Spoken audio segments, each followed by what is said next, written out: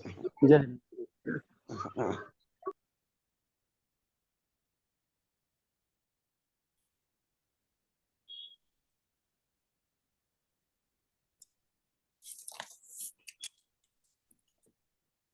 ओम नमः सिद्धेभ्यः जय श्री ओम नमः सिद्धेभ्यः जय श्री ओम नमः सिद्धेभ्यः। मंगलम भगवान वीरो मंगलम गौतमो गणी मंगलम कुंद कुंदाद्यो जैन धर्मोस्तु मंगलम।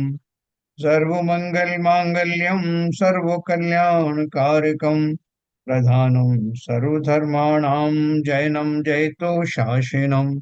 जैनम जयतु शासनम जैनम जयतु शासनम। मोक्ष मार्ग प्रकाशक का समापन के बाद उसी ग्रंथ में एक पंडित बनारसी दास जी रचित परमार्थ वचनी का हम पढ़ रहे हैं, जिसमें अप्रत्यक्ष रूप से वो सब बातों की समरी भी है जो हमने पढ़ा। तो मैं चाहता हूं कि आज ही इसको समापन कर दिया जाए, फिर अपन जो है बाकी के जो सब्जेक्ट हैं या बीच में जो किसी के प्रश्न आते हैं उनका भरपूर उत्तर दे पाएंगे। तो ये मैं आपको शेयर करता हूँ जहाँ से हमने बंद किया था इसको।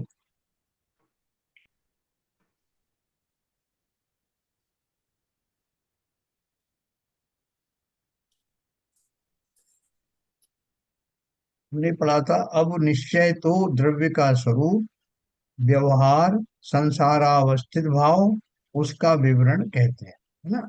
कि अपन निश्चय किसी को कहते हैं जो द्रव्य का वास्तविक स्वरूप है, एक्चुअल स्वरूप है, उसको निश्चय कहते हैं कि वो वैसा हकीकत है और बिना किसी पर्याय जन्य बदलाव के वो जैसा है एज इट इज उसकी जो बात करे वो निश्चय नहीं कहलाता। और जो व्यवहार है वो किसको कहलाता है कि जो एकदम निश्चय जैसा तो है नहीं, उसमें बहुत सारी मिलावट है, बहुत सारे भेदों के साथ में कोई बात कही जाती है ना। तो वो सब व्यवहार में, संसार में वो सब व्यवहार घटित होता है। तो इनका किस तरह से उन्होंने, देखो अपन ने कल पढ़ा था कि मिथ्या दृष्टि जीव अपना स्वरूप नहीं जानता, इसलिए पर स्वरूप में मग्न होकर कार्य मानता है। यह कार्य करता हुआ अशुद्ध व्यवहारी कहा जाता है। यानी व्यवहारी तो सारे ही संसार में स्थित सभी जीव हैं, यहाँ तक कि मिथ्या दृष्टि से लेकर के और केवली तक, अनंत तक जो है सब संसार में है। तो वो लेकिन उनको, उनके आगे व्यवहारी तो जोड़ा है, लेकिन व्यवहारी की तीन कैटेगरी की है। जो मिथ्या दृष्टि जीव है वो अपने स्वरूप को नहीं जानता और पर वस्तुओं और पर रिश्ते नातों में मग्न होकर कार्य करता है, इसलिए वो व्यवहारी के आगे उन्होंने अशुद्ध शब्द लगाया। फिर दूसरा है सम्यक दृष्टि। सम्यक दृष्टि अपने स्वरूप को परोक्ष प्रमाण द्वारा अनुभवता है, हाँ? पर सत्ता पर स्वरूप से अपना कार्य न मानता हुआ योग द्वार से अपने स्वरूप के ध्यान विचार रूप क्रिया करता है। वह कार्य करते हुए मिश्र व्यवहारी कहा जाता है। सम्यक दृष्टि कौन सा? चतुर्थ गुण स्थान से लेकर के और 12वें गुण स्थान तक के जीव जो क्या है वो मिथ्या दृष्टि जैसा चिंतन उनका नहीं होता, पर वस्तुओं को पर मानते हैं, स्व को स्व मानते हैं और अपने स्वरूप के में ध्यान विचार रूप क्रियाएं करते रहते हैं। लेकिन अभी उनको केवल ज्ञान नहीं हुआ है, इसलिए और संसार में स्थित है, अभी उनके शरीर आदि भी है, चार आघातिया कर्म है। केवल ज्ञानी नहीं हुआ तब तक तो घातिया भी है, और उसके बाद उनको घातिया कर्मों में काफी कुछ कमजोरी आ गई है, अघातिया में भी आ गई है, लेकिन अभी वो केवल ज्ञानी बने नहीं है। तो ये बीच की स्टेज है जिसमें पर सत्ता पर स्वरूप से अपना कार्य न मानता हुआ दूसरा मेरे कार्यों को नहीं करता है, योग द्वार से अपने मतलब मन, मन योग, वचन योग, काय योग के द्वारा जो ध्यान उसका लगता है उससे वो इसी स्वरूप का विचार अंदर में करता रहता है। केवल ज्ञानी तीसरा, इसको मिश्र व्यवहारी कह दिया, क्योंकि कुछ तो जो सामान्य दशा वाले जो जीव हैं वैसा उसके भाव होते हैं, और अभी केवल ज्ञान हुआ नहीं है, इसलिए मिश्र व्यवहारी है। केवल ज्ञानी यथाख्यात चारित्र के बल से शुद्धात्म स्वरूप का रमणशील है, इसलिए शुद्ध व्यवहारी कहा जाता है। केवल ज्ञानी कैसा है? यथाख्यात चारित्र के बल से, जैसा चारित्र का वर्णन शास्त्रों में किया गया है, वो उस चारित्र का भली प्रकार से पालन करता हुआ, वो पंचमहाव्रत आदि जो उसने पालन किए थे मुनि दशा में, वो सब अब उनके फल के रूप में वो अपनी आत्मा में स्थापित हो गया। या यथाख्यात चारित्र का अर्थ क्या है? अपने स्वभाव में आ जाना, स्थापित हो जाना, वो ही वास्तव में यथाख्यात चारित्र है। वैसे यथाख्यात चारित्र बाह्य बाह्य दशा में उसको बोलते हैं, पंचमहाव्रत का पालन करना और जो 28 मूल गुणों का पालन करना, तो बाह्य दशाएं तो वो है ही। लेकिन उन दशाओं के साथ अंतरंग में जब वैसे ही भाव उत्पन्न होते हैं जैसा शास्त्रों में लिखा है, जैसा आत्मा का स्वरूप है, उन भावों में आने पर जीव को अंतरंग रूप से भी यथाख्यात चारित्र की प्राप्ति हो। तो यथाख्यात चारित्र के बल से शुद्ध शुद्धात्मा स्वरूप का रमणशील है, इसलिए शुद्ध व्यवहारी कहा जाता है। यानी व्यवहारी तो वो भी है, लेकिन कैसा है? शुद्ध वाला।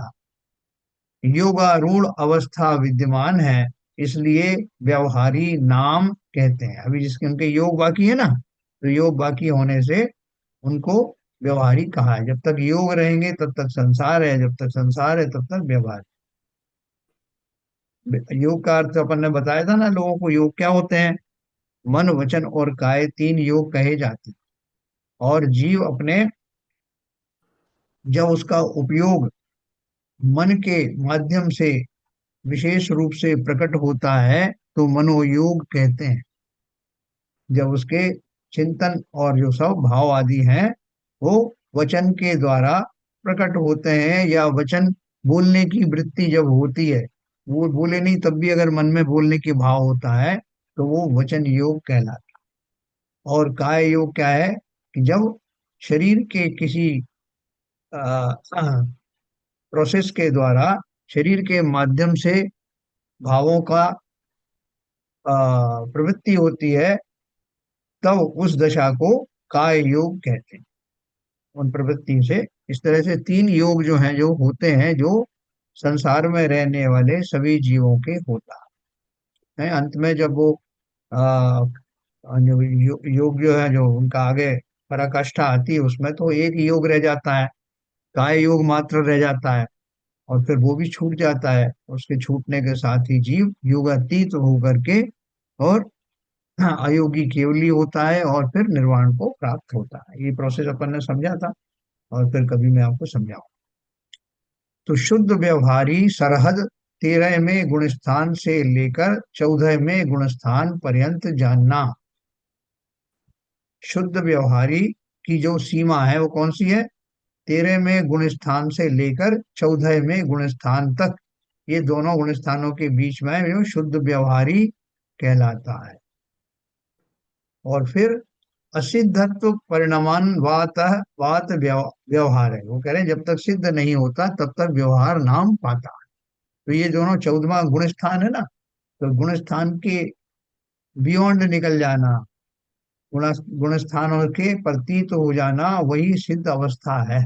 तो सिद्ध तो संसारी अवस्था, संसारी में आते नहीं, इसलिए वो उनका व्यवहार नाम भी छूट जाता है।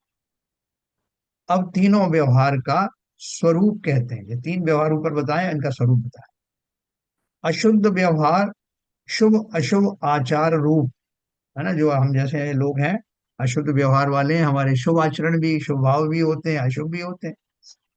दूसरा, शुद्ध शुद्ध व्यवहार शुभोपयोग मिश्रित स्वरूपाचरण रूप शुद्ध व्यवहार, और शुद्ध स्वरूपाचरण रूप, है ना। दूसरा कौन सा हो गया? शुद्ध शुद्ध व्यवहार और शुभोपयोग मिश्रित, ये जो है ये यहाँ तक शुभोपयोग मिश्रित वाला, ये यहाँ पर 7वां गुण स्थान से शुभोपयोग, ये शुद्ध उपयोग भी शुरू हो जाता है, शुद्धोपयोग शुरू हो जाता है, और शुभ शुभ उपयोग भी रहता है। सो इस तरह का जो मिश्र होता है वो कौन सा होता है? शुद्ध शुद्ध व्यवहार शुभोपयोग मिश्रित। हाँ, फिर उसके बाद, हाँ, और स्वरूपाचरण।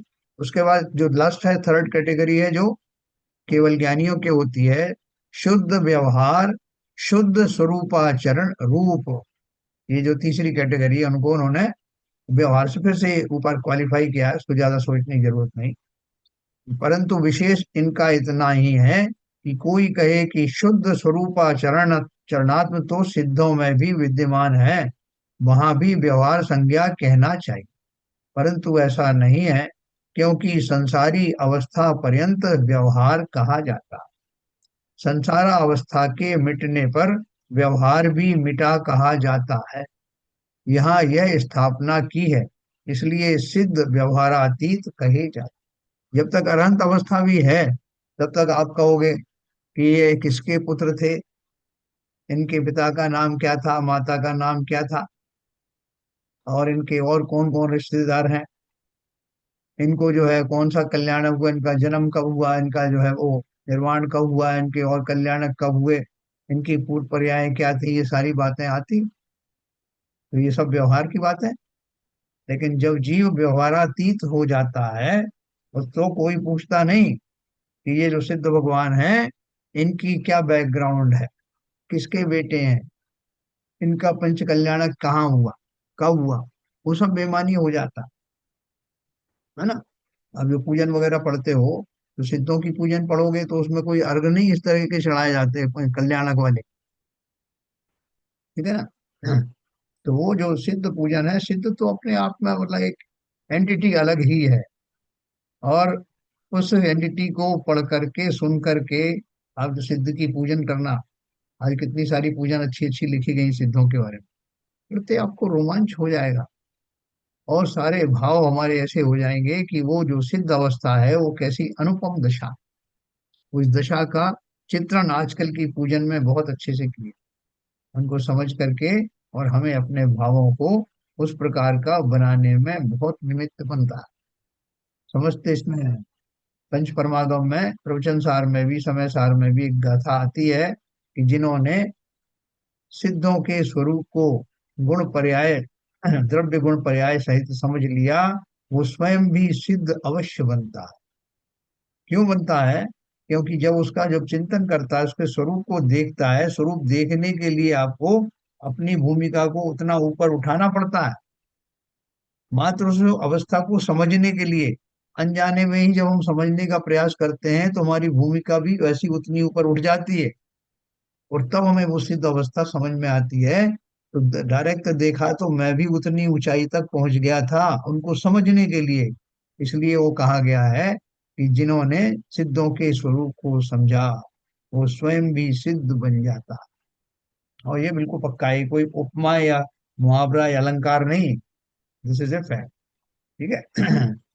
तो देखिए, अब आगम अध्यात्म स्वरूप कहते हैं। आगम किसे कहते हैं? अपन बहुत बार कहते हैं, सब लोग दुआई देते हैं पक्ष में विपक्ष में, साहब मैंने आगम में पढ़ा है, मैं आगम के अनुसार कहता हूँ। तो वो आगम क्या है?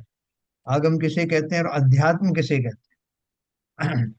आगम का अर्थ है वस्तु का जो स्वभाव, उसे आगम कहते हैं। देखो कितनी सिंपल परिभाषा है। वस्तु का जो स्वभाव उसे आगम कहते हैं, आत्मा का जो अधिकार उसे अध्यात्म कहते हैं। हाँ, बिल्कुल शॉर्ट में परिभाषा दी है। वस्तु का जो स्वभाव है उसे आगम कहते हैं। अपन तो बोलते हैं साहब आगम में लिखा है। अपन आगम किसको बोलते हैं? तो ग्रंथों को आगम कहते हैं। लेकिन वास्तव में उस ग्रंथों के माध्यम से वस्तु के स्वरूप को ही समझाया जाता है। इसलिए वास्तविक परिभाषा आगम की क्या है? कि जहाँ वस्तु का स्वभाव वर्णित हो या वस्तु का स्वभाव बताया जाए, वही आगम है। और आत्मा का जो वस्तु का स्वभाव है, सभी वस्तु, छह द्रव्य हैं, छह प्रकार की वस्तु है। या अगर सात तत्व का है तो सात तत्व और पुण्य पाप मिला करके पदार्थ है। इन सब का जैसा स्वरूप है वैसा समझाना, वैसा वर्णित करना, वो आगम का कार्य है। फिर अध्यात्म किसे कहते हैं? कि साहब अध्यात्म रस के रसिक हैं वो, उनको अध्यात्म का विशेष ज्ञान है, वो आध्यात्मिक चर्चाएं करते हैं। ये शब्द क्यों बोलते हैं? आत्मा का जो अधिकार उसे अध्यात्म कहते हैं, है ना। आत्मा का जो अधिकार मतलब जिसमें प्योर आत्मा की ही बात की जाए, आत्मा के स्वरूप का, आत्मा के गुणों का, आत्मा की विभिन्न अवस्थाओं के बारे में जहाँ समझाया जाए, बताया जाए, उसको अध्यात्म कहते हैं। आगम तथा अध्यात्म स्वरूप भाव आत्म द्रव्य के जानने। अब जब वस्तु स्वरूप का वर्णन करूंगा तो आत्मा भी एक वस्तु है ना, इसलिए आगम में भी वो आएगी और अध्यात्म में भी आएगी। आगम तथा अध्यात्म स्वरूप भाव आत्म द्रव्य के जानना, वे दोनों भाव संसार अवस्था में त्रिकालवर्ती मानने। कैसे हैं वो भाव? त्रिकालवर्ती मतलब तीनों काल में बने रहते हैं। जो मेरे भाव हैं, आत्मा के जो गुण हैं, वो किसी भी काल में जाते हैं क्या? तीनों कालों में रहते हैं, भूत भाव भविष्य वर्तमान तीनों कालों में आत्मा का जो स्वभाव है, जो स्वरूप है, जो वो निरंतर वैसा ही बना रहता है। तो आप बोलेंगे ये कैसे हो सकता है? अभी तो आपने अशुद्ध अवस्था बताई थी, आत्मा की अशुद्ध अवस्था भी होती है। जब अशुद्ध अवस्था होती है तो तीनों काल में उनके इस तरह के भाव कैसे बने रह सकते? तो वो जो हमारे अशुद्ध अवस्था आदि के समय में भी, इस समय हम मिथ्या दृष्टि है ना, इस इस समय में भी मेरा जो स्वभाव है, मेरा जो आत्म द्रव्य है, भले ही वो उसके भाव अभी प्रकट नहीं हो रहे हैं, लेकिन सत्ता में मौजूद वो आत्म द्रव्य उन गुणों से भरा हुआ है। एक पल भी वो उससे अलग नहीं होते। आत्मा का जो स्वभाव है, जो स्वरूप है, वो सदा काल वैसा ही बना रहता। एक इंद्रिय जीव है, एक इंद्रिय जीव किस अपेक्षा से है? उसका ज्ञान का गुण, ज्ञान गुण कितना कम हो गया? अक्षर के एक अनंत में भाग मात्र उसका ज्ञान प्रकट है, लेकिन ज्ञान तो उसका पूरा ही है। अस्तित्व के हिसाब से चेतना उसकी पूरी ही है, सुख गुण आदि उसके पूरे ही हैं, खाली उस पर्याय में वो ढके हुए हैं। है ना, जैसे मैंने आपको कल एग्जांपल दिया था कि सबको एक एक सूरज दिया जाए, और सूरज में अब वो कोई जो है एक इंद्रिय पर्याय में जा रहा है तो उसका सूरज का 99% भाग ढक दिया गया, 1% मोटे मोटे तौर पे उसको उगड़ा हुआ रखा कि भाई इतने से ही तुम्हारा काम चलेगा, इस एक इंद्रिय पर्याय में तुम्हें इतने ही ज्ञान की आवश्यकता। फिर दो इंद्रिय तीन इंद्रिय होता उसका थोड़ा सा वो ढका हुआ पोर्शन और कम कर दिया जाता है, उजागर पोर्शन और ज्यादा बढ़ जाता है, तो उसका ज्ञान का प्रकाश और बढ़ जाता है। ऐसे करते करते जब संगी पंचेंद्रिय होता है, एक इंद्रिय दो इंद्रिय तीन इंद्रिय चार इंद्रिय पांच इंद्रिय में संगी असंगी वो सब बन जाता है, तो अब उसका 80% तक उसका आवरण हट गया। और उसमें भी मनुष्य पर्याय में आया संगी पंचेंद्रिय जीव में तो और उगाड़ हो गया, लेकिन अभी भी पूरा नहीं हुआ, है ना। देव पर्याय में भी पूरा नहीं हुआ, नारकी पर्याय में भी पूरा नहीं हुआ। तो जब मनुष्य पर्याय में कुछ जीव केवल ज्ञान रूपी सूर्य को प्रगटाते हैं, उस समय उनका वो सूर्य ज्ञान जो ढका हुआ था वो सारे आवरण समाप्त हो जाते हैं, और केवल ज्ञान रूपी सूर्य पूरी फुल स्पीड से फुल प्रताप के साथ में निकल आता है। तो गुण तो मेरे सब पहले से ही है, खाली ढका हुआ कितना है। इसलिए उन्होंने कहा वे दोनों भाव संसार अवस्था में त्रिकालवर्ती मान्य। कौन से?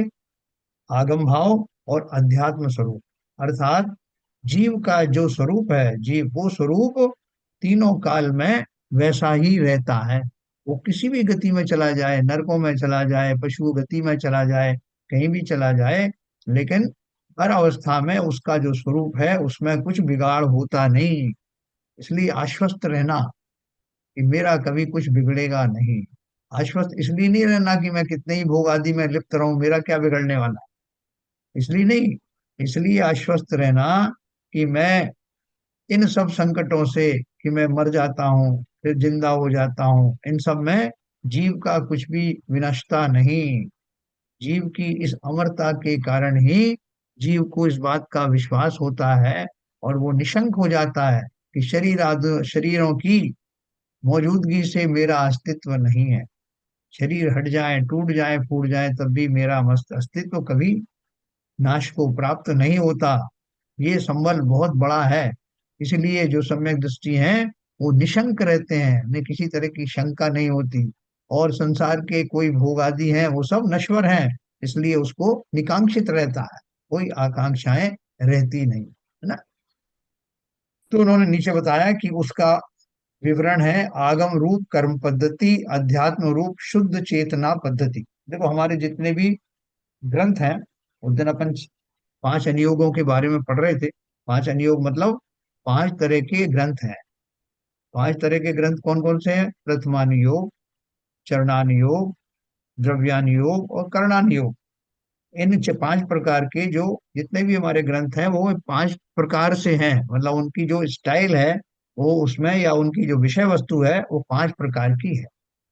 प्रथमानुयोग के शास्त्रों में जैसे 24 तीर्थंकर पुराण है, पद्म पुराण है, हरिवंश पुराण है, इन सब पुराणों के माध्यम से हमें वो साहित्य मिलता है कि पूर्व में कौन कौन से शला का पुरुष महापुरुष हुए, कौन चक्रवर्ती हुए, कौन तीर्थंकर हुए, कौन कामदेव हुए।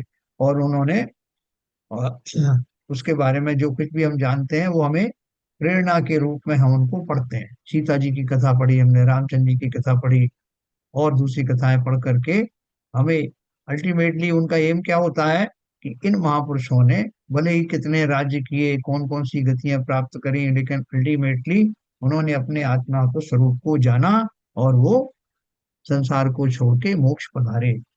उन घटनाओं, जो वास्तविक घटना है, काल्पनिक घटना नहीं है वो कोई भी। तो उनको पढ़ करके हमें बहुत सारा वैराग्य हो जाता है कि देखो, कोई ने, किसी ने मेघों का विलय देखकर वैराग्य को प्राप्त हुए, किसी ने नीलांजना का जो नृत्य का विछोह होने पर, नृत्य के समय उसका देहावसान हो जाने के कारण उसको वैराग्य का विषय बना, किसी ने अपना बाल सफेद देख करके ही वैराग्य का कारण बनाया।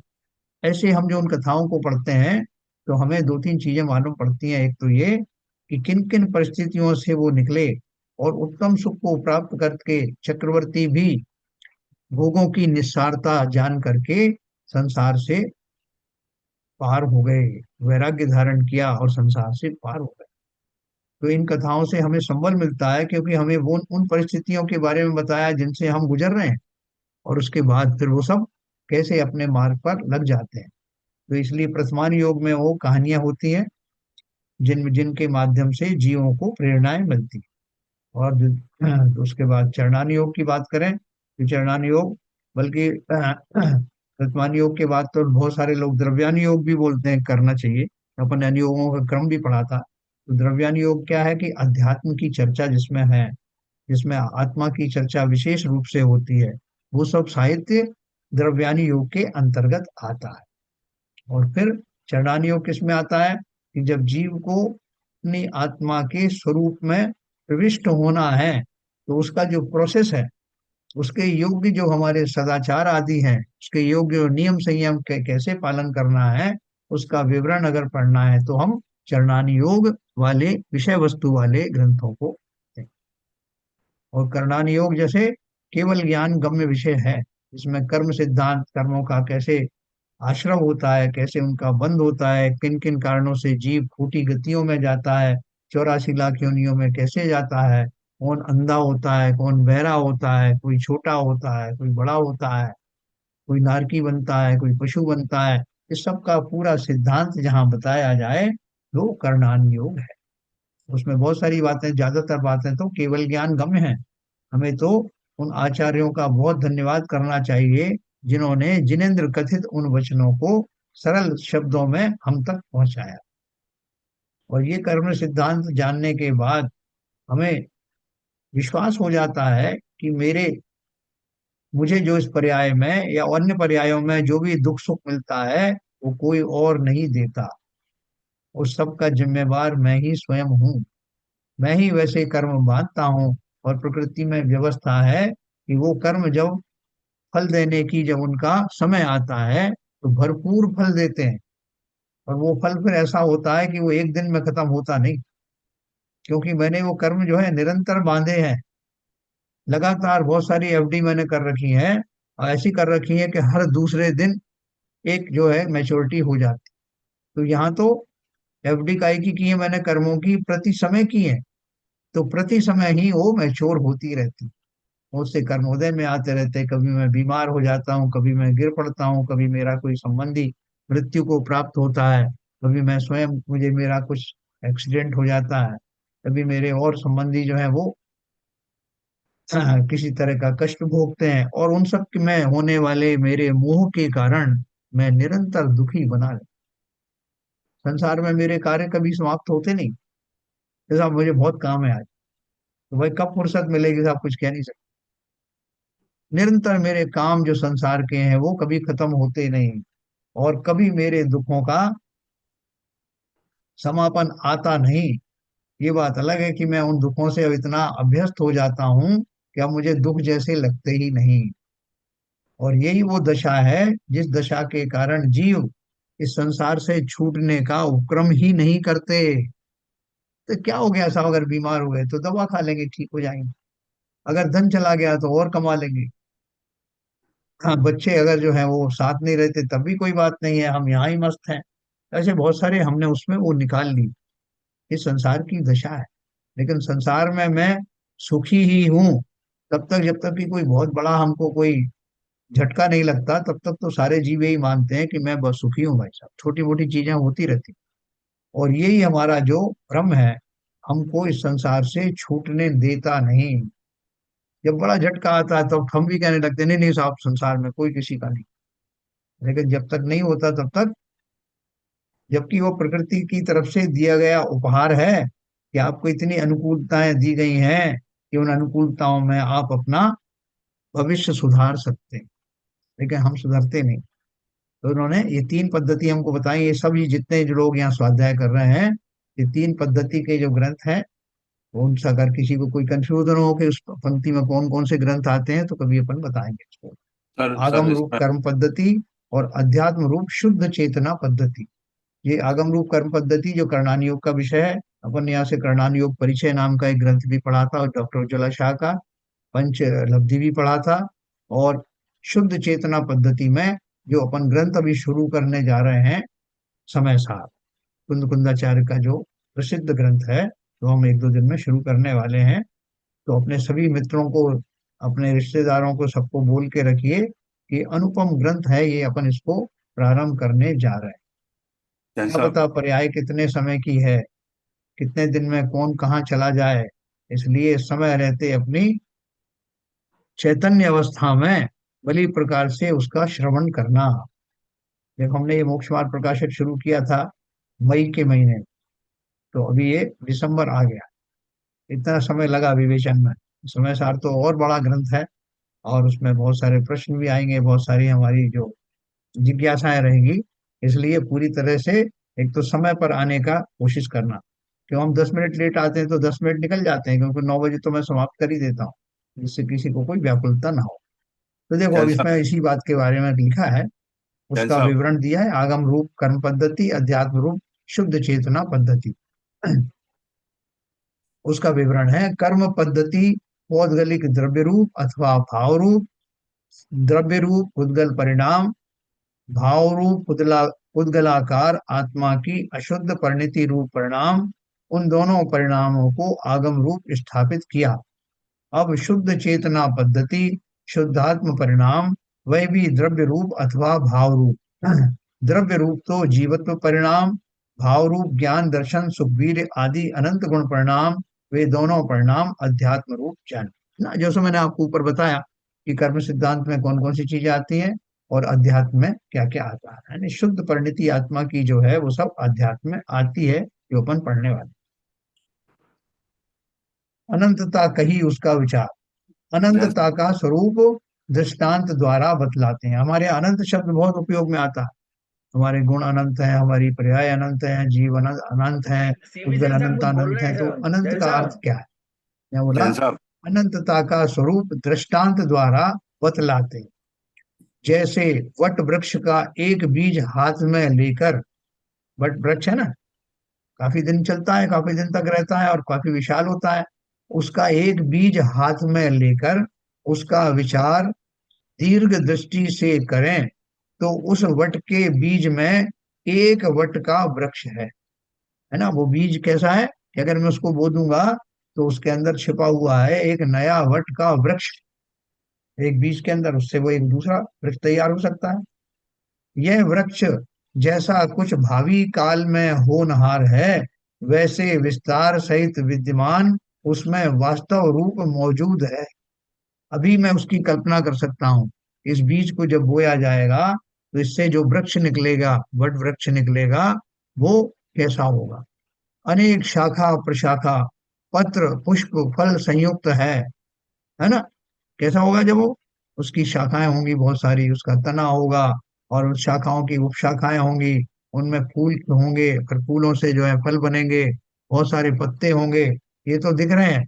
उसके अलावा फल फल में अनेक बीज होते हैं।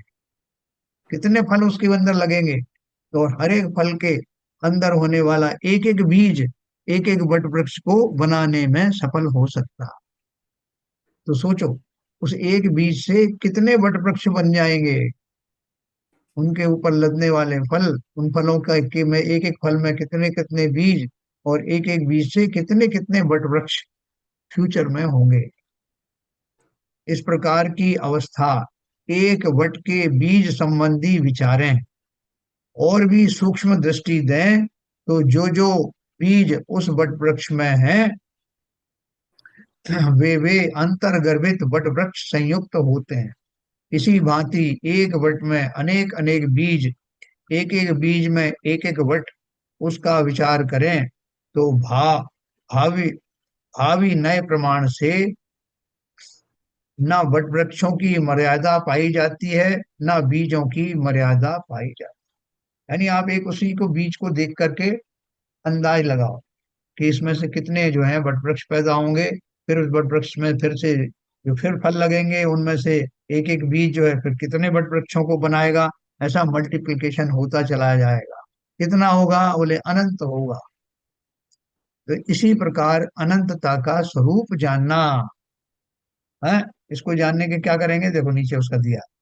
उस अनंतता के स्वरूप को केवल ज्ञानी पुरुष भी अनंत ही देखते जानते कहते हैं।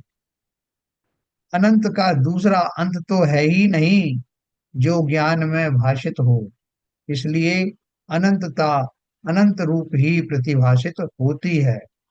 हाँ? किसी का प्रश्न आया, मैं भी जवाब दूंगा।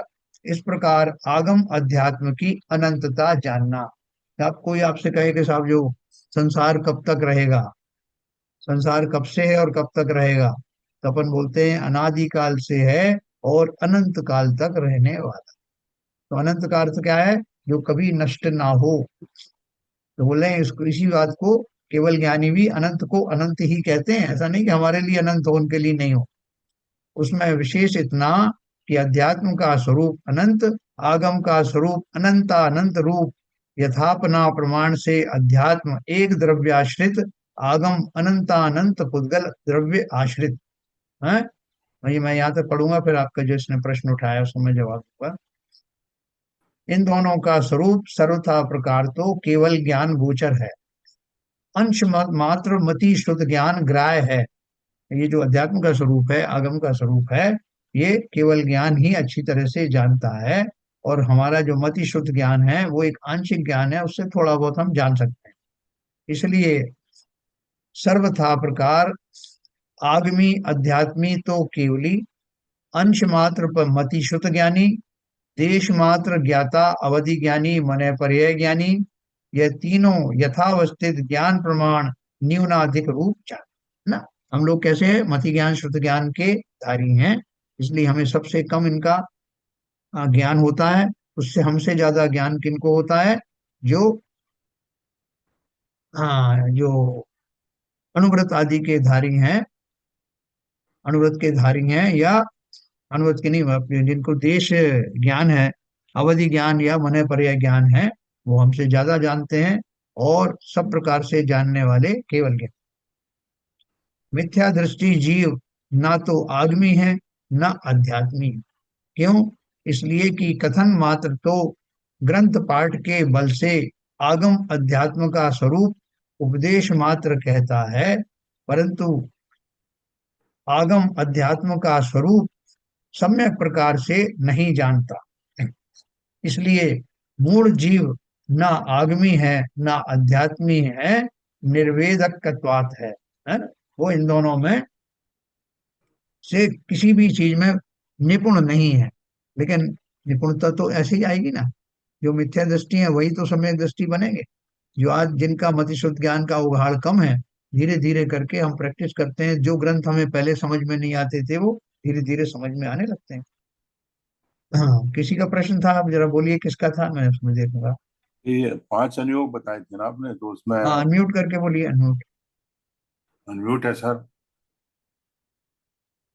अनम्यूट है मेरा। आपको सुनाई क्यों नहीं दे रहा, पता नहीं।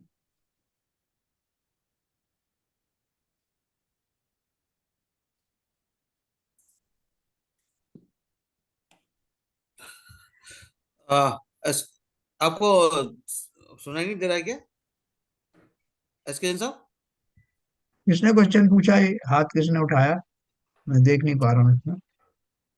आपका हाँ, आ, बोलिए। आपका स्पीकर का प्रॉब्लम है।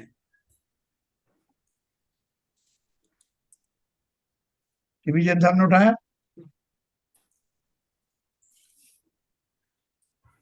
अभी साहब म्यूट नहीं है क्या?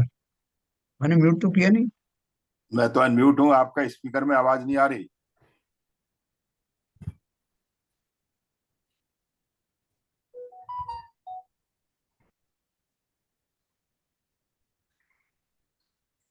ये सब लोग बोल सकते हैं, नहीं बोल सकते हैं अभी? कोई आवाज आ रही है किसी की? नहीं। आपको आवाज आ रही है हमारी? अच्छा। आप आपकी आ रही है। आपका बंद हो गया है। हाँ, बोलिए। हम आपकी आवाज सुन पा रहे हैं, लेकिन आप हमारी आवाज नहीं सुन पा रहे। अच्छा, ऐसे कैसे हो गया, मैं देखता हूँ। हाँ, एक बार उसको आप चेक कीजिए, स्पीकर को चीजिए या अपना वो मे बी लोअर होगा, वॉल्यूम लो होगा, उसको बढ़ाइए। अच्छा,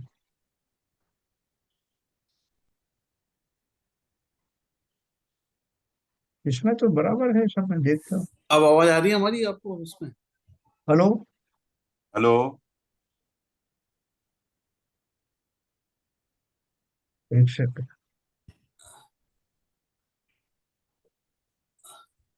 आपका वॉल्यूम का कुछ प्रॉब्लम लग रहा है।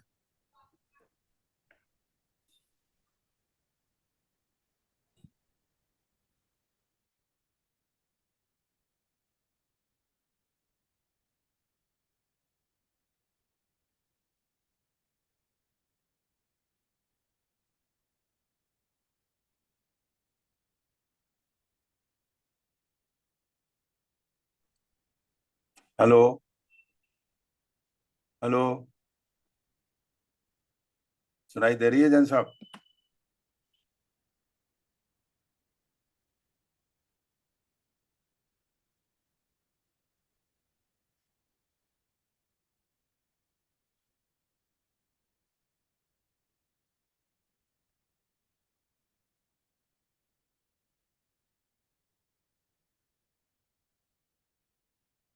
अभी देखिए। आपकी आवाज आ रही है अभी भी। आपको आ रही है आवाज? सर कैसे हो गया ये? समझ नहीं आ आप सुन पा रहे हो एसके साहब अभी आवाज? रहा। हैं? अभी अभी सुन पा रहे हो क्या आवाज हमारी ये आवाज नहीं आ रही है आप लोगों की? हाँ, तो इसका मतलब आपका स्पीकर में हाँ। या तो कहीं से म्यूट है, आपका स्पीकर म्यूट है, या फिर आपका स्पीकर का वॉल्यूम डाउन है, या उससे स्पीकर से कुछ छेड़छाड़ हुई है। आप उसमें जाइए, मैं बता दूं, आप सर थोड़ा सेट कर ब्लूटूथ दो। ऑन होगा उनका। सर म्यूट वाले हाँ। में ब्लूटूथ ऑन जाओ। होगा। हाँ। वो जो आपका नीचे वो बटन रहता है ना, उसको माइक वाला, उस पर ऊपर क्लिक कीजिए। हाँ। ओके। हाँ। और उस क्लिक करके उसमें माइक्रो आपका जो सिस्टम सेम है, सिस्टम होना चाहिए स्पीकर और वो दोनों। इसमें क्रॉस आ गया होगा। आ गया। हाँ, अभी अभी आवाज आ आ रही रही है? है। हाँ, हाँ। आ रही। हाँ, जैसा मेरा एक प्रश्न था, हाँ। ये अनुयोग तो 4 ही है ना? हाँ, नियोग चारों हैं, चार ही हैं। आपने 5 बोले थे। इन पांच कौन से पहले? ये आपने शुरू किया था, हाँ। ये 5 अनुयोग हैं, तो आप गलती से बोल गए शायद, इसलिए मैंने आप। हाँ, हो सकता हम्म, है। जो अनियोग चार ही हैं, मैंने उनको गिन के भी बताया था आपको, प्रथमान योग, कुछ 4 प्रधान बताए। योग, द्रव्यान योग और प्रधान योग, गणन सभ्यन योग। योग। हम्म, ठीक है। और किसी का कोई प्रश्न तो नहीं? सर अरे पता। आपने हाँ, आपने बोलिए। जैसे परिभाषा बताई कि वस्तु के स्वरूप को आगम कहते हैं, ऐसे जब हम धर्म की परिभाषा पढ़ते हैं, वही बोलते हैं कि वस्तु के स्वरूप को धर्म कहते हैं। तो क्या हम ये दोनों चीजें सिनोनिम्स हैं? हाँ बिल्कुल बिल्कुल, देखो, वस्तु के स्वरूप को आगम कहते हैं, और जो वस्तु के स्वरूप को धर्म कहते हैं। धर्म मतलब क्या है? उसके गुण है। धर्म वस्तु के स्वभाव को, स्वरूप को धर्म कहते हैं। मतलब क्या है कि उसके अंदर में जो गुण है वही धर्म है। और उनको जो जो उसका विवरण बताए, जो उसके बारे में बताए, वो सबको, उस ग्रंथ आदि को अपन आ, आगम बोलते हैं। आगम में वो उसके गुणों का स्वरूप लिखा रहता है। ठीक है ना? तो सर, वस्तु का स्वरूप मतलब उसके गुण। वस्तु क्या होगी? वस्तु का जो स्वरूप है, वस्तु का स्वभाव जो है, स्वरूप क्या कहें, वस्तु का स्वभाव, उसके गुण हैं, गुणों से ही उसका स्वभाव बनता है। हर एक वस्तु में कुछ गुण होते हैं। ठीक है ना? तो यहाँ पे वस्तु मतलब हम किसी भी चीज को वस्तु बोल रहे हैं ना, या कोई स्पेसिफिक चीज को बोल रहे हैं? हाँ, एक सेकंड।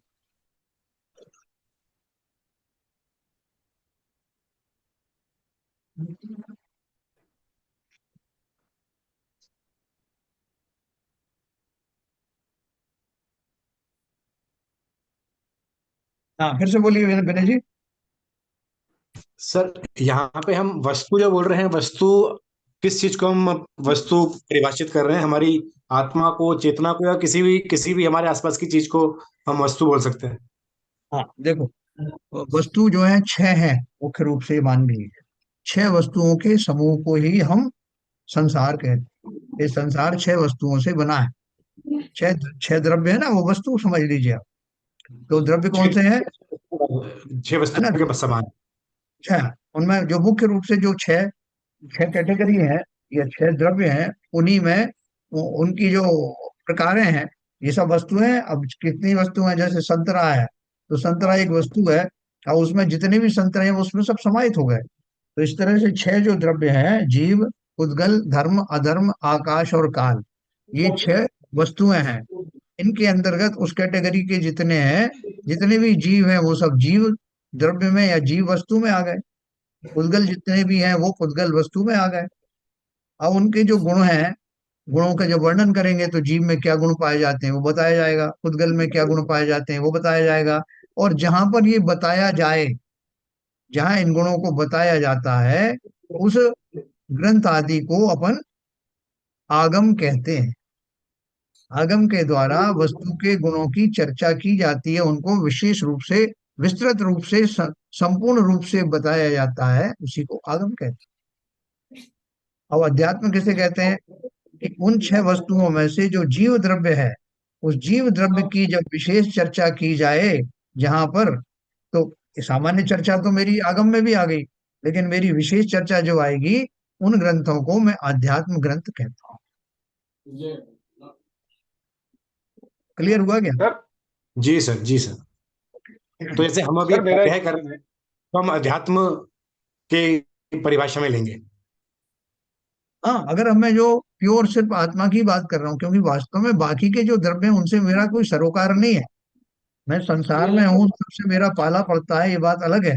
लेकिन मुझे, मेरी कंसर्न मेनली आत्मा से ही है, आत्म द्रव्य से ही है।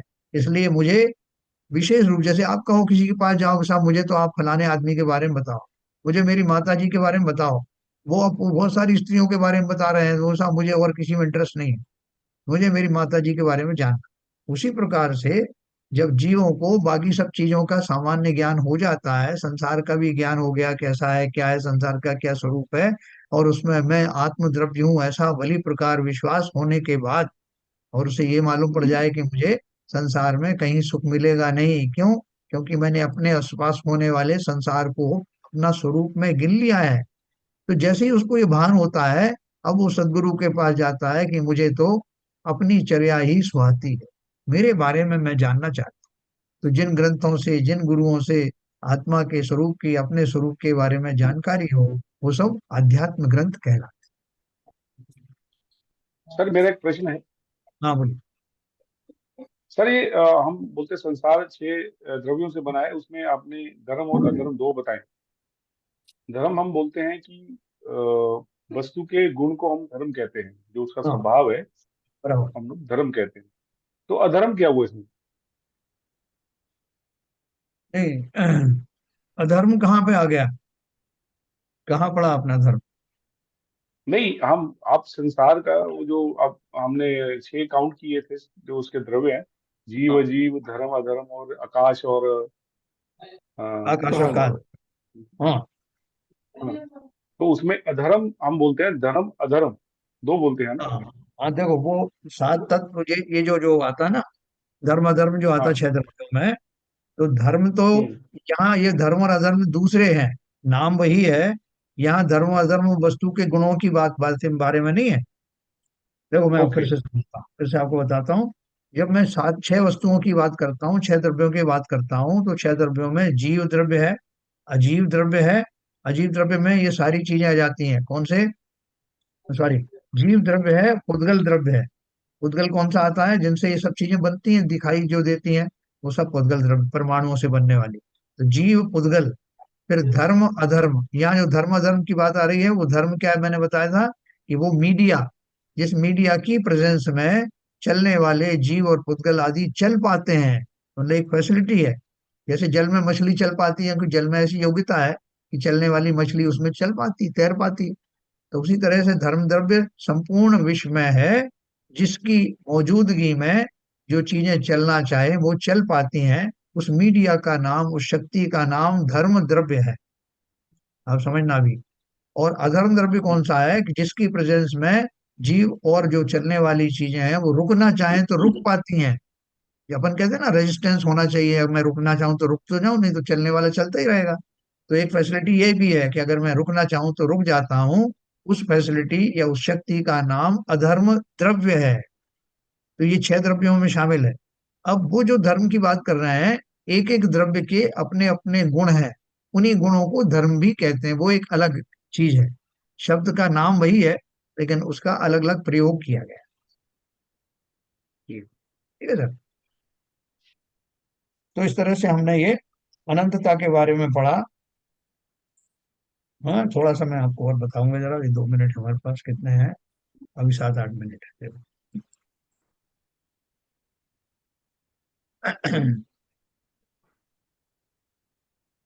मिथ्या वो दृष्टि। बता दीजिए, कौन जो सा? आपने बताया अनंत और अनंत अनंत, किसको अनंत कहते हैं और किसको अनंत अनंत, वो एक बार फिर से बता दीजिए। हाँ, अनंत का स्वरूप वैसे तो क्या है? अनंत कहना ही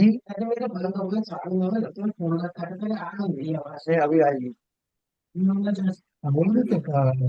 हाँ, देखिए, ये जो है अनंत, जो है वास्तव में अनंत कहना ही उपयुक्त है, अनंत कहना ही सफिशिएंट है। क्योंकि जी जिसका कोई अंत नहीं हो वो अनंत है। जी लेकिन इस खाली ये दिखाने के लिए कि जो जीव द्रव्य हैं, जिनकी संख्या अनंत है, उनसे भी कहीं ज्यादा उद्गल द्रव्य होते हैं। अच्छा। वो दिखाने के लिए अपन जैसे कहें, भाई साहब करोड़ इंटू करोड़, थोड़ा जी कोड़ ये हो गया, पर उसमें 1 करोड़ का और गुणा कर दो, तो ये उसकी विशालता बताने के लिए कहा जाता अच्छा। और एक आपने जो दो बताए थे, आगम और शुद्ध चिंतन, उसके नीचे जो 4-5 लाइनें थी वो बड़ी कठिन लगी। है। हाँ हाँ, इसलिए मैंने उनका सार आपको पहले ही बता दिया, वो कठिन को छोड़ दीजिए। जहाँ ऐसी कठिनाई आती है वहां मैं उसमें आपको सारांश बता देता हूँ। देखो ये वाला था ना, उस अनंतता के स्वरूप को केवल ज्ञानी पुरुष भी अनंत ही देखते जानते कहते हैं। अनंत का दूसरा अंत है ही नहीं जो ज्ञान में भाषित हो, इसलिए अनंतता अनंत रूप ही प्रतिभाषित होती है। इस प्रकार जी आगम अध्यात्म की अनंतता जानना, आगम में जो बताया है और अध्यात्म में जो बताया है वो सब अनंत ही है ना। और अनंत का जी स्वरूप ये है जो भी बताया। उसमें जी विशेष इतना है कि अध्यात्म का स्वरूप अनंत, आगम का स्वरूप अनंत अनंत रूप है। तो जी। ये अनंत अनंत रूप खाली उसका जो व्यापकता बताने के लिए कहा है। जैसे मैंने हाँ, आपको बताया कि अध्यात्म जीव की। मतलब केवल आत्मा की बात, हाँ, अध्यात्म का अर्थ है प्योरली आत्मा की बात। और आगम में दोनों का बात बताई है। आगम में जैसे सभी वस्तुओं का, हाँ, सभी भेद वस्तुओं के बारे विज्ञान में। जानने के लिए जीव अजीव दोनों को जानना, सारे तत्वों को जानना जरूरी है, तभी हम भेद विज्ञान कर सकते हैं। और अध्यात्म मतलब केवल जीव द्रव्य की की चिंतन। विशेषता है, हाँ। अब आगम में जैसे कर्म सिद्धांत है, तो कर्म सिद्धांत भी आगम में बताया जाएगा। तो कर्म सिद्धांत के बल पर जो कुछ घटित होता है वो कर्म में पुद्गल भी आता है ना। जी जब मैं कर्म की बात करूंगा तो कर्म जो है जो परमाणुओं से बनते हैं, और परमाणु पुद्गल द्रव्य रूप है, तो मुझे उनकी सब बहुत सारी वैरायटी और बहुत सारे कार्यकलाप जानने को मिलते हैं। कर्म कैसे आते हैं, उनका कैसे आश्रय होता है, कैसे बंद हो जाता है, स्कंद कैसे बनते हैं, ये सब व्यापक रूप से जानने में आते हैं। इसलिए वो अनंत अनंत रूप है, सभी पुद्गलों से संबंधित। लेकिन अध्यात्म की बात करूंगा तो अध्यात्म सिर्फ आत्मा पर ही घटित होता है। जी ठीक है ना? तो ये जहाँ कहीं कठिन आए तो उसको आप मत उलझिए, क्योंकि मैं उसको अपने आप सरल करके आपको बताऊंगा। ठीक है। अब मूढ़ तथा ज्ञानी जीव का विशेषपना और भी सुनो। देखो अपन क्यों बता रहे हैं ये सब चीजें, क्योंकि जगह जगह शास्त्रों में ये आता है कि हम अभी मिथ्या दृष्टि हैं, या जितने भी जीव मिथ्या दृष्टि हैं उनकी परिणति कैसी होती है। तो तभी तो वो उससे निकल करके और अध्यात्म दशा में अपने आप को जानेंगे, और अपनी आत्मा के गुणों का विशेष जानकारी के साथ विशेष चिंतन में लग जाएंगे। तो हमारी मूर्ताएं क्या है हमें मालूम तो हो। कोई हमसे कहे कि भाई साहब आप बहुत गलतियां करते हो, तो अगर हम बहुत विनयवान हैं तो हम उनसे कहेंगे कि महाराज मुझे बताइए ना मेरी क्या गलती है, मैं उनको ठीक करना चाहता हूँ। तो इसलिए ये जो किसी को गाली देने के लिए नहीं, आचार्यों ने हमारी गलतियां ढूंढ के हमें बता करके, और संसार में हम क्यों पड़े हुए हैं, रिपु रागर द्वेष लगे पीछे, या तय शिव पद को पाया न। हमको मालूम पड़ेगा कि हम क्या गलतियों के कारण सफर कर रहे हैं। तो इसलिए उन्होंने बोला मूढ़ यानी मिथ्या दृष्टि जीव। अब मूढ़ तथा ज्ञानी जीव का विशेषपना और भी सुनो। ज्ञाता तो मोक्ष मार्ग साधना जानता है, मूढ़ मोक्ष मार्ग को साधना नहीं जानता। क्यों? इसलिए सुनो। मूढ़ मूढ़ जीव आगम पद्धति को व्यवहार कहता है, अध्यात्म पद्धति को निश्चय कहता है। इसलिए आगम अंग को एकांत पने साध कर मोक्ष मार्ग दिखलाता है। हाँ? अध्यात्म अंग को व्यवहार से नहीं जानता, यह मूढ़ दृष्टि का स्वभाव है, उसे इसी प्रकार सूझता है। तो क्या बताया हमने? मूढ़ जीव आगम पद्धति को व्यवहार कहता है, आगम की जो भी पद्धतियां हैं वो कहता है कि व्यवहार से ऐसा किया जाता है। और हम कहते हैं ना कि ये जो आत्मा की बात कर रहा है ये निश्चय वाला है, और ये जो पूजन पाठ आदि जो बात कर रहा है, जो धार्मिक अनुष्ठानों की बात करता है, या ऊपर ऊपर के व्रत नियम संयम की बात करता है, वो व्यवहार धर्म वाला है। ऐसा हमारी सबकी मान्यता है। जो अध्यात्म को सब आप क्यों आत्मा आत्मा की बात करते रहते हो, आत्मा का चिंतन की बात करते हो, आत्मा की इसमें इतना दिमाग क्यों लगाते हो? वो निश्चय धर्म है, निश्चय वालों को जानने दो। अपन तो व्यवहार वाले हैं, अपन तो इससे ही काम चला लेंगे, इससे अपन को मोक्ष हो जाएगा। ऐसी मिथ्या धारणाएं हैं। इसलिए उन्होंने कहा कि मूढ़ जीव, वो भी कौन से मूढ़ जीव हैं? जो परिष्कृत वाले मूढ़ जीव हैं, जैसे हम और आप जो हैं, हम ऐसे अज्ञानी भी नहीं है जो धर्म के बारे में बिल्कुल नहीं जानते। लेकिन हम में से बहुत सारे जीव ऐसे हैं, वो जो मैंने आपको कहा इस तरह से विचार करते हैं। मूढ़ जीव आगम पद्धति को व्यवहार कहता, जो पद्धति हैं, जो प्रोसेस हैं, जो प्रोसीजर्स हैं, पूजा का, अनुष्ठान का, ये सारी जो क्रियाएं हैं उसमें बहुत निपुण है, और उसको व्यवहार मानते हैं। अध्यात्म पद्धति को निश्चय कहता है। देखो जितनी भी बाह्य क्रियाएं हैं पंच कल्याणक होते हैं, बहुत वो आगे तक जाते हैं, पंच कल्याणक होते हैं, हम उनमें बहुत भाव में भर जाते हैं, उनकी बहुत प्रतिष्ठाएं करते हैं, उसमें हमारे भाव भी सुधरते हैं, तो भगवान के प्रति हमारा अनुराग आता है। लेकिन वो सारी जो चीजें हैं वो व्यवहार का ही विस्तार है। जब तक मैं स्वयं की आत्मा के बारे में चिंतन करना प्रारंभ नहीं करता हूं, तब तक मैं अध्यात्म में अच्छी तरह से प्रविष्ट हुआ ही नहीं। वो सब साधन है, जितनी भी अपन ने क्रियाएं की, पूजन है, अनुष्ठान है, क्रियाएं हैं, मुनियों के आहार देना है, मुनियों के साथ रहना है, आगम ग्रंथों आदि को देखना है, पढ़ना है, वो सब इवन महाव्रत के पालन तक भी व्यवहार ही है।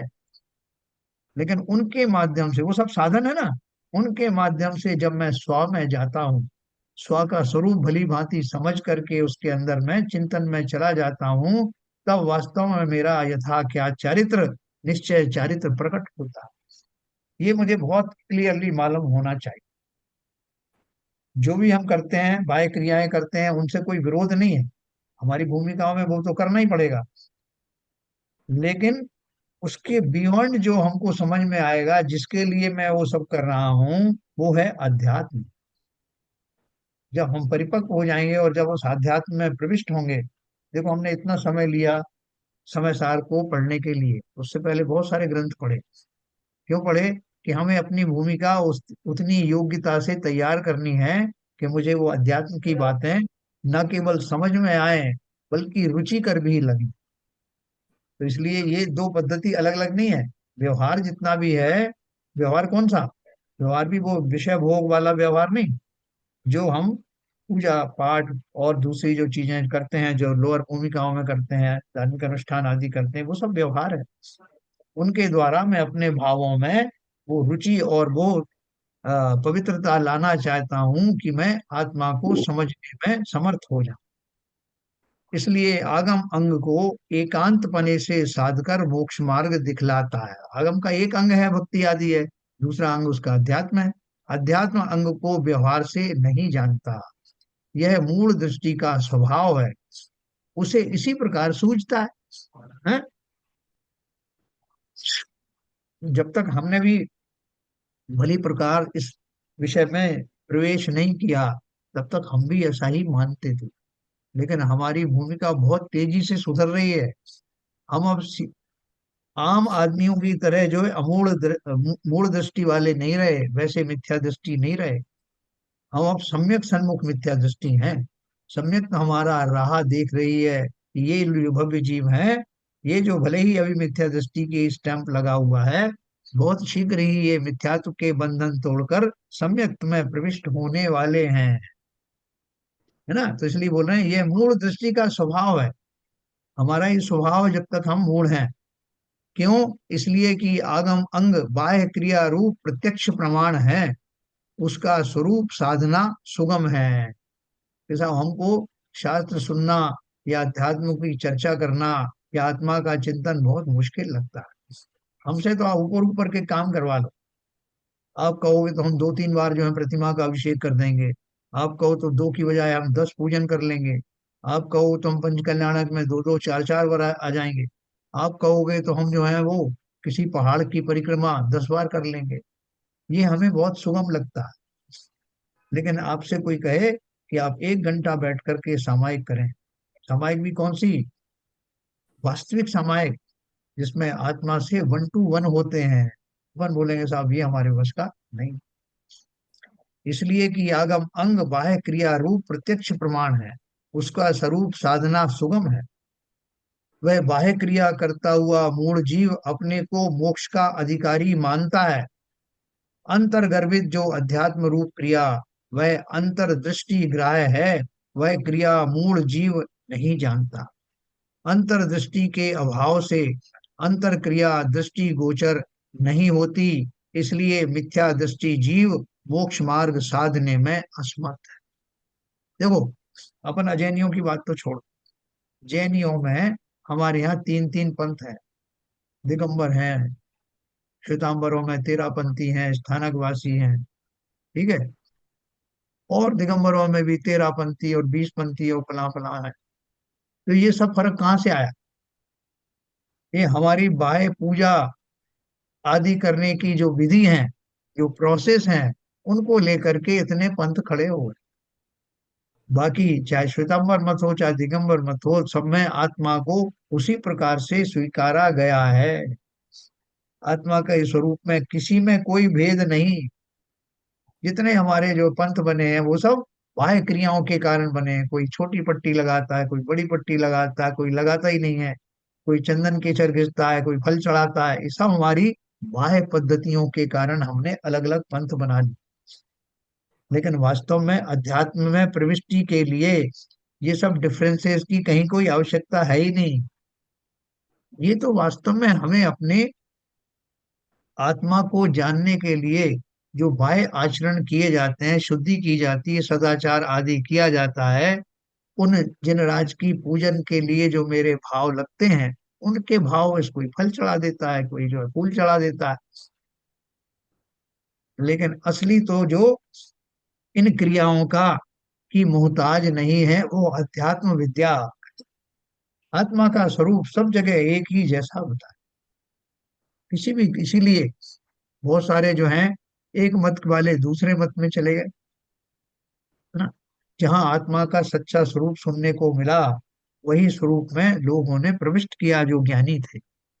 इसलिए हम और आप भले ही जो है अभी जहाँ जिस पंथ में हम उत्पन्न होते हैं, हम उसी जैसे कार्य क्रियाएं किया करते हैं, और वैसे ही अपने को मान लेते हैं कि मैं दिगंबर हूँ, मैं श्वेतांबर हूँ, मैं 20 पंथी हूँ, मैं 13 पंथी हूँ।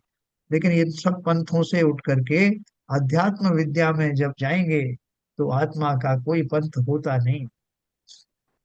इसलिए उन्होंने कहा कि जब तक मेरी अंतर्दृष्टि इस योग्य ना हो जाए कि जहां भी आत्मा का सच्चा स्वरूप सुनने को मिले उसे सुनना। वो कौन से ग्रंथ में लिखा है, किसी का कोई वो उस पे वो कॉपीराइट नहीं है, जिस भी ग्रंथ में मिले। तो एक संत हुए जिन्होंने जो है वो किसी एक पंथ में थे, उन्होंने समय सार ग्रंथ को पढ़ा और उनको लगा कि ये तो उत्कृष्ट ग्रंथ है, मैं कहाँ उलझा हुआ था, इसमें जो आत्मा की जो व्याख्या दी है ऐसी व्याख्या कहीं पढ़ने को सुनने को मिली नहीं। और उन्होंने उस समय सार ग्रंथ को, न केवल उस ग्रंथ को अपनाया, समय सार में वर्णित आत्म द्रव्य को जहां जहां उन्होंने देखा उन सब में उनको बहुत श्रद्धा हो गई। तो वो किसी ऐसा नहीं है कि वो श्वेतांबर है थे तो वो दिगंबर में चले गए या जो तो कोई खुश हो रहा है, ये बात नहीं है। आत्मा का जो स्वरूप उन्हें जहां भी मिला, सच्चा स्वरूप मिला, और उससे वो प्रभावित हुए, उन्होंने अपनी तार्किक बुद्धि से जान लिया कि यही सच्चा स्वरूप है और उसमें स्थित हो गए। इसलिए कोई पंथवाद में पढ़ने की जरूरत नहीं है। जब एक पशु एक सिंह की पर्याय में एक जीव अपने आप को सम्यक दृष्टि बना सकता है, तो उसने कोई पंथ थोड़ी सोचा कि मैं तो शेर पर्याय का हूं, मैं क्यों सम्यक दृष्टि बनूं। तो इस तरह से ये जो हमने जो कुछ अभी तक पढ़ा, अब चूंकि समय हो रहा है, कि मिथ्या दृष्टि का चिंतन कैसा, कल अपन पढ़ेंगे कि सम्यक दृष्टि का विचार कैसा होता है। तो ये दोनों चीजें पढ़ेंगे तो हमको समझ में आ जाएगा कि हमारे सम्यक दृष्टि बनने में विलंब क्यों हो रहा है। तो कल मैं आपको इसके बारे में बताऊंगा, 5-6 मिनट ज्यादा मैंने ले लिए, तो अभी इसको यहीं समाप्त करेंगे। उम्मीद है कि थोड़ा अपन आगे बढ़े कल से, है ना। चलो ललित जी जिनवाणी स्तुति कर।